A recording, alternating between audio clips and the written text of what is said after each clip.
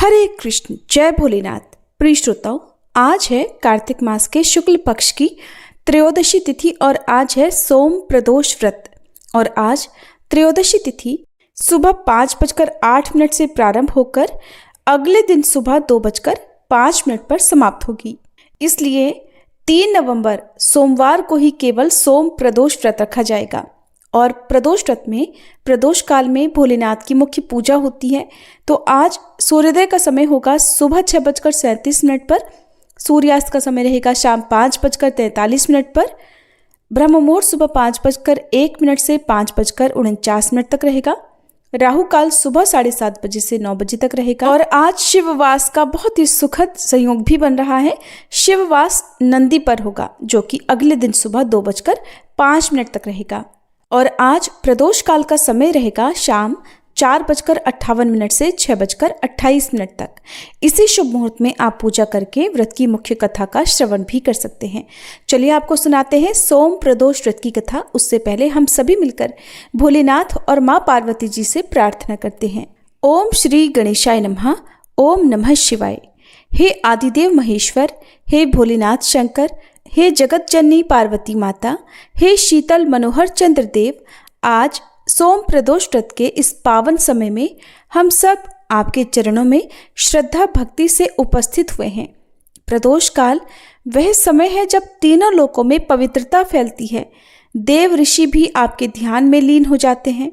हम भी उसी भाव से अपने मन, वाणी और कर्म को शुद्ध करते हुए आपके दिव्य स्वरूप का स्मरण करते हैं। हे नीलकंठ महादेव, आप तो भोलों का भोलापन संभालने वाले हैं, नादान को भी अपना लेने वाले हैं, एक आह्वान मात्र से ही प्रसन्न हो जाने वाले हैं। हे माँ पार्वती, आप करुणा, ममता और क्षमा की मूर्ति हैं। आपके आंचल में समा जाने से भटका हुआ हृदय भी शांत हो जाता है। हे चंद्रदेव, आप शिव सम शीतल और शांत हैं। आपकी चंद्रकलाओं से जीवन में माधुर्य, प्रेम और स्थिरता आती है। हे देवाधिदेव महादेव, हे माँ जगदम्बे, हे चंद्रदेव, यदि आज के इस व्रत में, पूजन में, ध्यान, जप, नियम या संकल्प में, कथा श्रवण में हमसे कोई भी त्रुटि, किसी भी प्रकार का दोष, भूल चूक, अशुद्धि हो गई हो तो कृपा करके उसे क्षमा करें। हमारा उद्देश्य सदैव पवित्र रहा है। हमारा मन आपका ही रहा है। हमसे हुई त्रुटियां हमारे मानवीय स्वभाव के कारण हैं, न कि किसी अनादर की भावना से। हे भोलेनाथ, आपका नाम लेने मात्र से ही समस्त पाप भस्म हो जाते हैं, तो हमारी भूलें भी निश्चित ही आपकी कृपा से क्षमा हो जाएंगी। हमारे जीवन से दुख, रोग, भय, ऋण, अपमान और समस्त बाधाएं दूर हों। हमारे घर में सुख, शांति, स्वास्थ्य, सौभाग्य और समृद्धि का वास हो। हमारे हृदय में भक्ति का दीप निरंतर प्रकाशित रहे। हम सभी आपको बारंबार प्रणाम करते हैं। अब सुनते हैं सोम प्रदोष व्रत की कथा। पौराणिक कथा के अनुसार एक बार एक नगर में एक ब्राह्मणी रहा करती थी। उसके पति का स्वर्गवास हो गया था। अब उसका सहारा उसका इकलौता पुत्र ही था, जिसके साथ वह सुबह से ही भिक्षा मांगने के लिए निकल पड़ती थी। इस तरह दिन भर भिक्षा में मिले हुए अन्न से ही वह अपना और अपने पुत्र का पेट पालती थी। एक दिन घर वापस आते समय ब्राह्मणी को एक बालक घायल अवस्था में मिला। ब्राह्मणी को उस पर दया आ गई और उसे वह अपने घर ले आई। वह लड़का विदर्भ देश का राजकुमार था।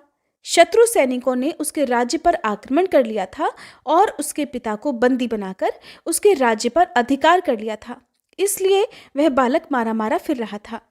राजकुमार अब ब्राह्मणी और उसके पुत्र के साथ उनके घर में ही रहने लगा और उसके पुत्र की तरह ही पलने और बढ़ने लगा। एक दिन वह ब्राह्मणी अपने पुत्र के साथ राजकुमार को लेकर भिक्षा मांगने के लिए गई हुई थी। वहीं पर अंशुमति नाम की एक गंधर्व कन्या ने राजकुमार को देखा और उस पर मोहित हो गई। अगले दिन वह अपने माता पिता को राजकुमार से मिलवाने के लिए लेकर आई और कुछ ही दिनों के बाद अंशुमति के माता पिता को भगवान शंकर ने स्वप्न में आदेश दिया कि राजकुमार और अंशुमति का विवाह कर दिया जाए। उन्होंने वैसा ही किया। वह विधवा ब्राह्मणी भगवान शिव की परम भक्त थी और सारे प्रदोष व्रत रखा करती थी। उनके प्रदोष व्रत का ही प्रभाव था कि राजकुमार ने गंधर्वराज की सेना की सहायता से विदर्भ देश से शत्रुओं को भगा दिया और अपने पिता का खोया हुआ राज्य पुनः प्राप्त कर लिया और सुखपूर्वक जीवन बिताने लगा। राजकुमार ने ब्राह्मणी के पुत्र को अपना मंत्री बना लिया। ब्राह्मणी के प्रदोष व्रत के कारण भगवान शंकर की कृपा से जैसे राजकुमार और ब्राह्मणी पुत्र के दिन सुधर गए, वैसे ही भगवान शंकर अपने हर भक्तों पर कृपा बनाए रखते हैं और सबके दिन संवारते हैं। इस प्रकार सोम प्रदोष व्रत रखने से अगले पिछले जन्मों के सभी पापों का नाश हो जाता है और सारी मनोकामनाएं भी पूर्ण हो जाती हैं। निरोगी काया की प्राप्ति होती है। पौराणिक मान्यताओं के अनुसार चंद्रदेव को पाप के कारण क्षय रोग हो गया था। इस पाप के निवारण हेतु उन्होंने भगवान शिव की पूजा अर्चना की और सोम प्रदोष व्रत रखकर प्रदोष काल में भगवान शिव का पूजन अर्चन किया। अब सुनिए सोमवार के दिन सुनी जाने वाली भगवान शिव की कथा। एक बार किसी नगर में एक साहूकार था। उसके घर में धन की कोई कमी नहीं थी, लेकिन कोई संतान न होने के कारण वह बड़ा दुखी था। संतान प्राप्ति के लिए वो हर सोमवार को व्रत रखता था और पूरी श्रद्धा के साथ शिव मंदिर जाकर भगवान शिव और माता पार्वती की पूजा किया करता था। उसकी भक्ति देखकर एक दिन माँ पार्वती प्रसन्न होकर भगवान शिव से साहूकार की मनोकामना पूर्ण करने का निवेदन करती हैं। पार्वती जी के आग्रह पर भगवान शिव ने कहा, हे देवी, इस संसार में हर प्राणी को उसके कर्मों का फल मिलता है और जिसके भाग्य में जो हो उसे भोगना ही पड़ता है। लेकिन पार्वती जी ने साहूकार की भक्ति देखकर उसकी मनोकामना पूर्ण करने की इच्छा व्यक्त की। माता पार्वती के आग्रह पर भगवान शिव ने साहूकार को पुत्र प्राप्ति का वरदान तो दिया, लेकिन उन्होंने बताया कि ये बालक केवल 12 वर्षों तक ही जीवित रहेगा। माता पार्वती और भगवान शिव की इस संवाद को साहूकार सुन रहा था, इसलिए उसे न तो इस बात की खुशी हुई और न ही कोई दुख, बल्कि वो पहले की तरह ही शिव जी की पूजा करता रहा।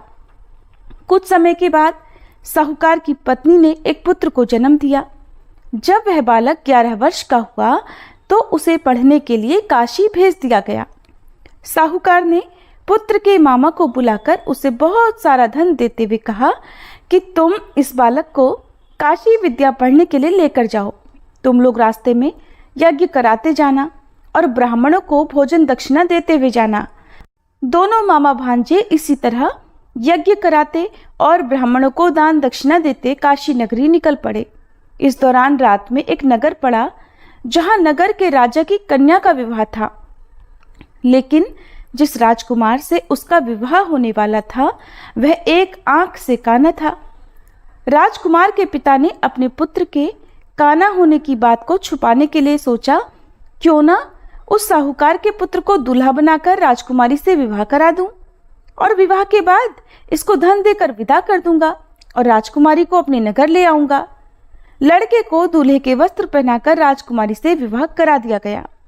साहूकार का पुत्र ईमानदार था, उसे ये बात सही नहीं लगी, इसलिए उसने अवसर पाकर राजकुमारी के दुपट्टे पर लिख दिया कि तुम्हारा विवाह तो मेरे साथ हुआ है, लेकिन जिस राजकुमार के संग तुम्हें भेजा जाएगा वो एक आंख से काना है।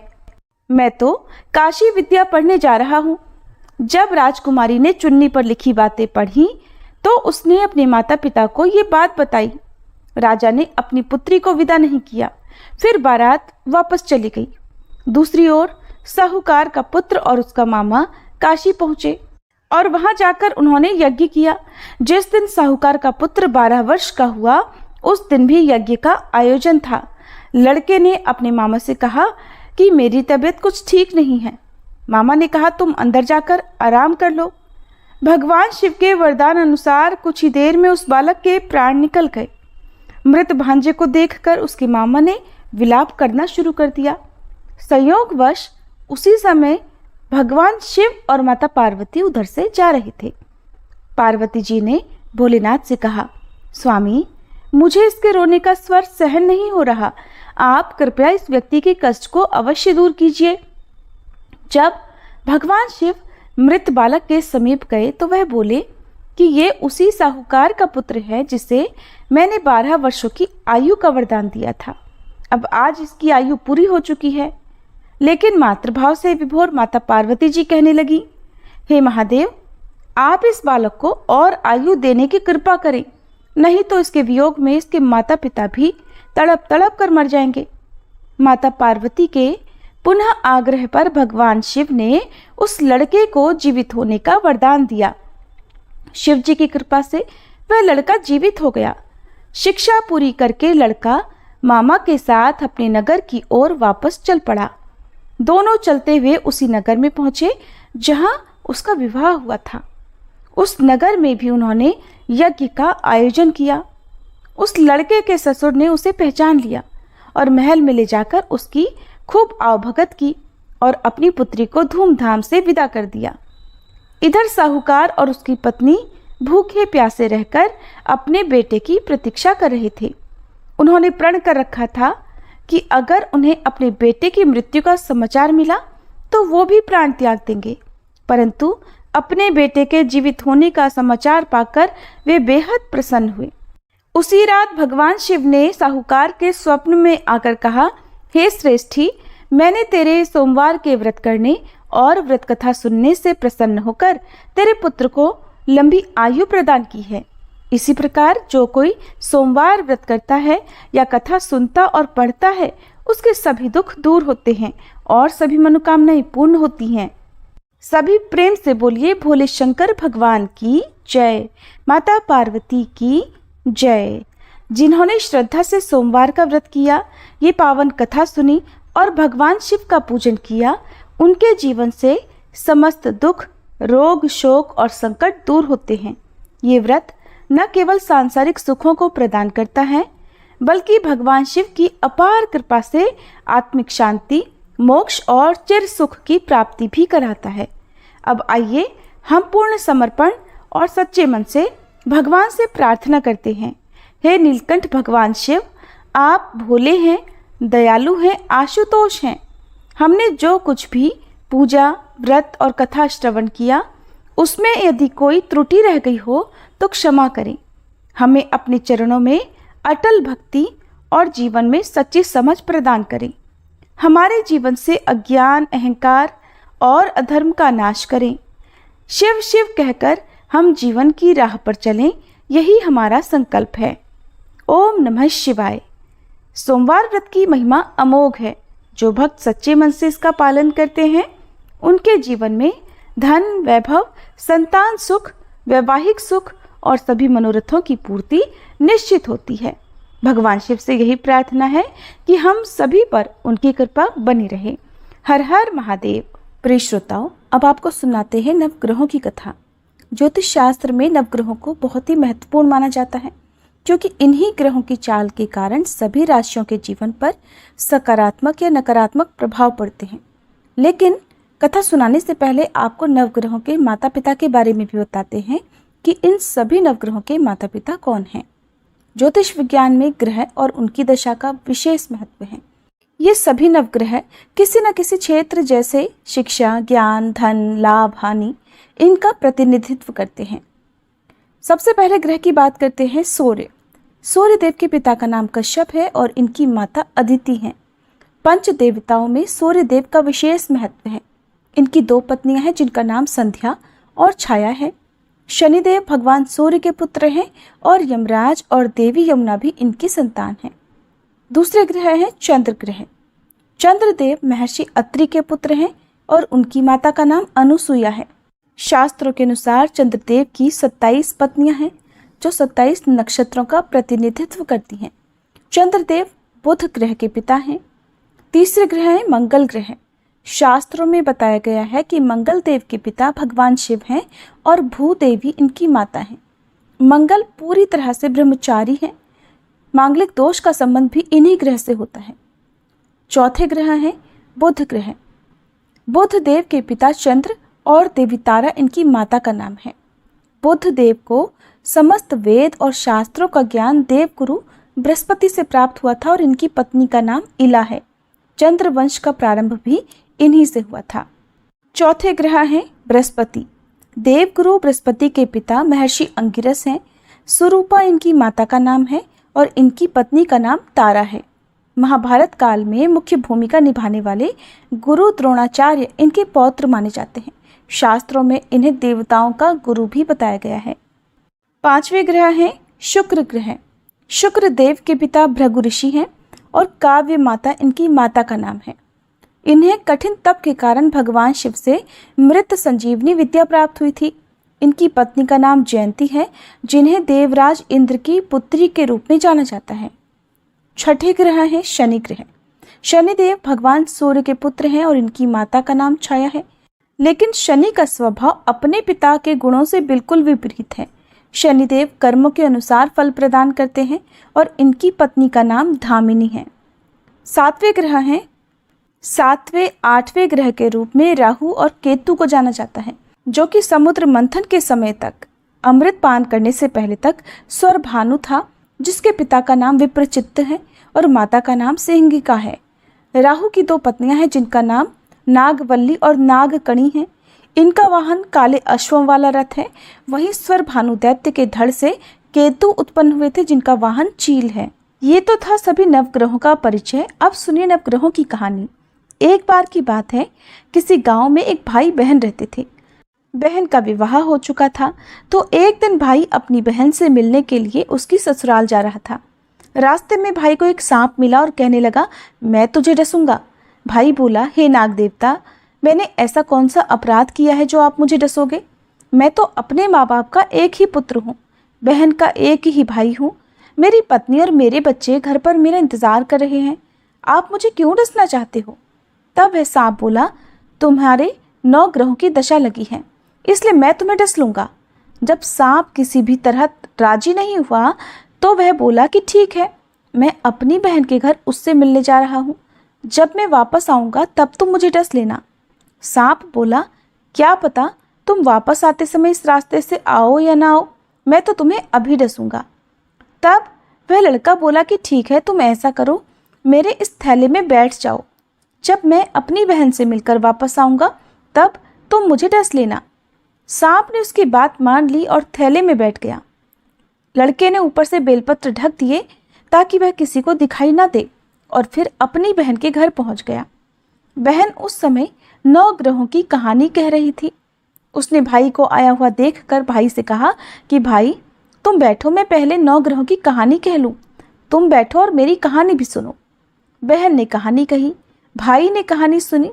जीवों की, जानवर की, हाथी की, घोड़े की, कुत्ते की, बिल्ली की, भाई की, बहन की, घर के धनी की, बेटी जवाई की, देवरानी जिठानी की, सास ससुर की, संग की, सहेली की, सबके ग्रह शांत हो जाएं। घर चले 8 पग, आदमी चले 4 पग, सांप बिच्छू भंवरे सब आग में जले।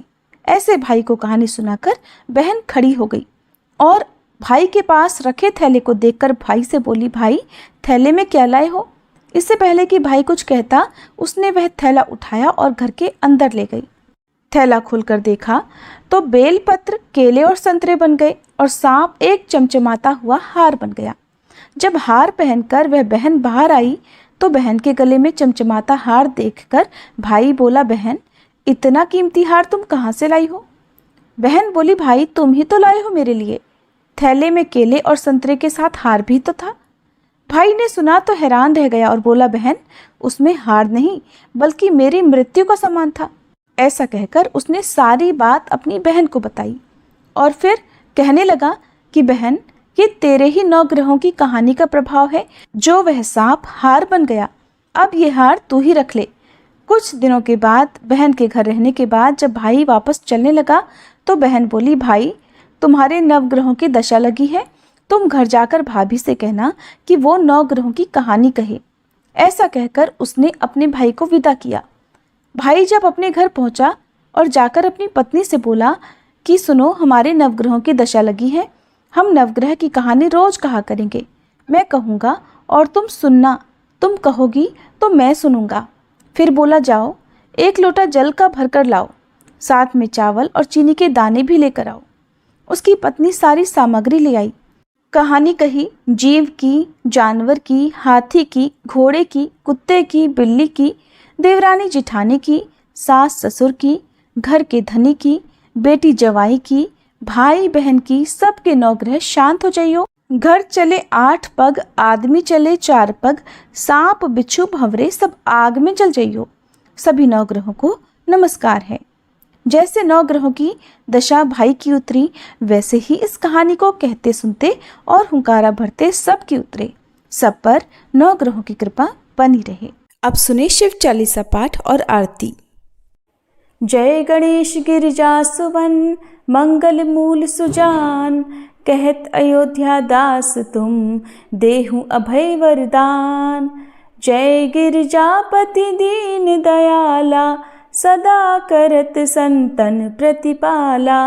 भाल चंद्रमा सोहत नीके, कानन कुंडल नाग फनीके।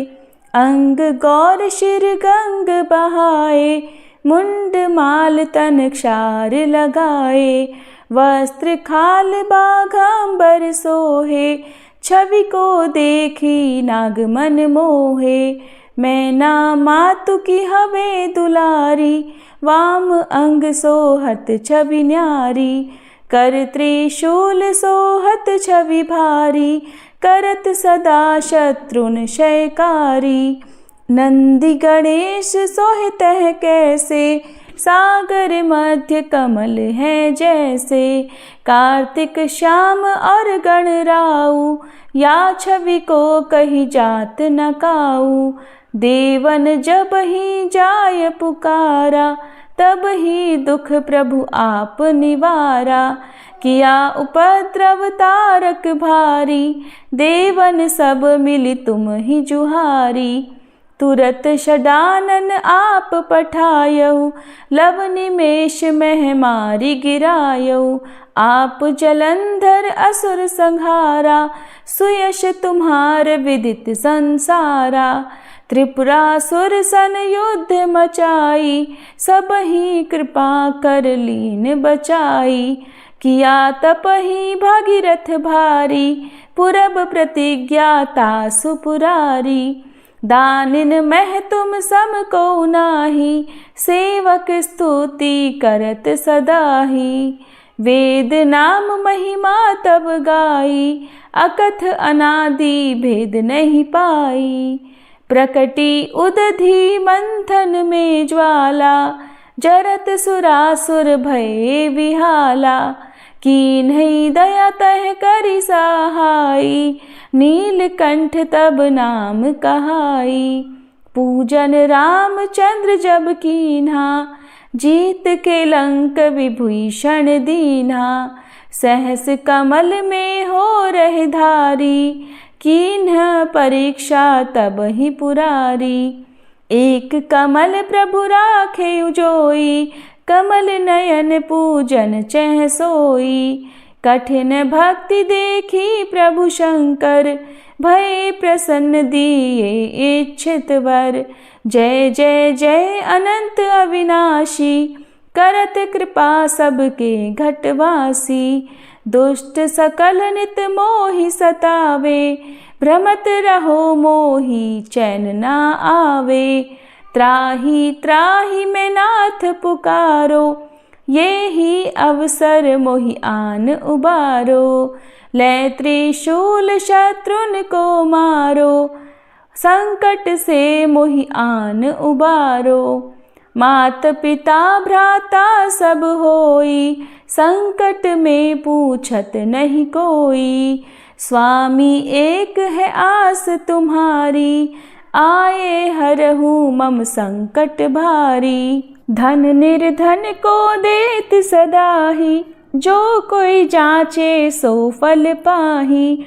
स्तुति के ही विधि करे तुम्हारी, क्षमहु नाथ अब चूक हमारी। शंकर हो संकट के नाशन, मंगल कारण विघ्न विनाशन। योगी यति मुनि ध्यान लगावे, शारद नारद शीश नवावे। नमो नमो जय नमः शिवाय, सुर ब्रह्मादिक पार न पाए।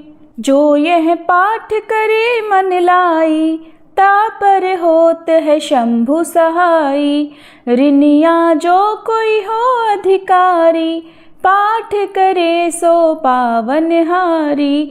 पुत्र होन कर इच्छा जोई, निश्चय शिव प्रसाद ते ही होई। पंडित त्रयोदशी को लावे, ध्यान पूर्वक होम करावे। त्रयोदशी व्रत करे हमेशा, ताके तन नहीं रहे कलेशा। धूप दीप नैवेद्य चढ़ावे, शंकर सम्मुख पाठ सुनावे। जन्म जन्म के पाप नसावे, अंत धाम शिवपुर में पावे। कहे अयोध्या दास आस तुम्हारी, जानी सकल दुख हरहु हमारी। नित नेम कर प्रातः ही पाठ करो चालीसा, तुम मेरी मनोकामना पूर्ण करो जगदीश। मगसर छठी हेमंत ऋतु संवत 64 जान, अस्तुति चालीसा शिव ही पूर्ण कीन कल्याण। ओम जय शिव ओमकारा, स्वामी जय शिव ओमकारा। ब्रह्मा विष्णु सदा शिव, अर्धांगी धारा। ओम जय शिव ओमकारा। एकानन चतुरानन पंचानन राजे, स्वामी पंचानन राजे। हंसासन गरुड़ासन वृषवाहन साजे। ओम जय रूप निरखता, त्रिभुवन जन भुज चार चतुर्भुज। शिव 10 भुज अति सोहे, अक्षमाला वनमाला।